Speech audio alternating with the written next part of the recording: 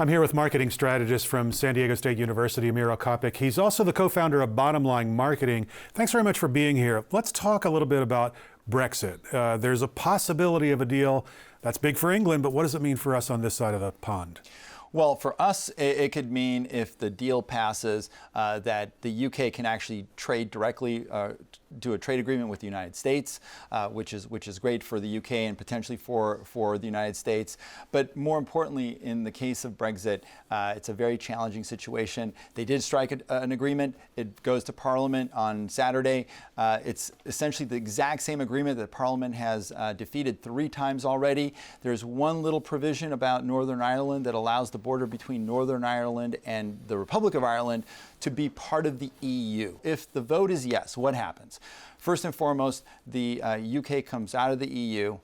Secondly, it's going to be high degrees of disruption for British business and American companies that do business with British companies. If they vote no, it continues the turmoil of British politics. There will be an election for a new prime minister. The issue is they're going to need an extension to the Brexit agreement, and the EU may decide not to, which means they crash out on the 31st, and the disruption and chaos with an election and the economic disruption will be very difficult. Any new prime minister has some tough choices to make. Fun to watch on that side of the pond, but we have turmoil on this side as well. Long strike with General Motors maybe coming to an end. What's going on there? You know, that's way more positive news. In fact, it's way positive news for the middle class.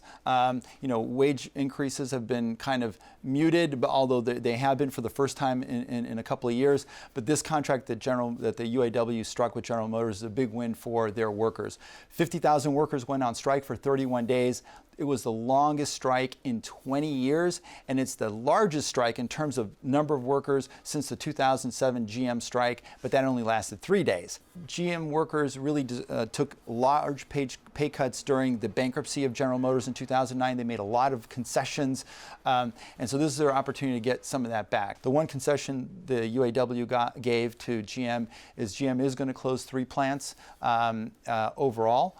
But the impact for both workers and GM in this 30 days has been very difficult. I was just going to say, this has also had an impact on the nation's manufacturing economy, right? There was a noticeable downtick while the strike was going on. Yes, this month manufacturing output declined 0.5 point. It has declined 0.9 of a point in the last 12 months. So all the decline has been in the last 30 days.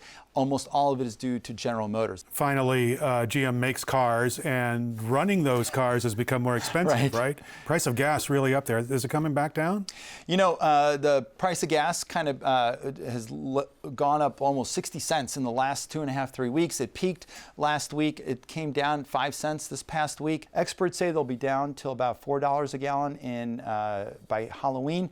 The question is, will they go down further? And one of the big overhanging factors is consumer groups and regulatory groups say that the refiners charge higher prices than they should. The California Energy Commission has a report coming out at the end of the year that they previewed that said generally branded gas stations charge much more higher per gallon than non-branded gas stations. And so consumers just need to be thoughtful where they buy their gas.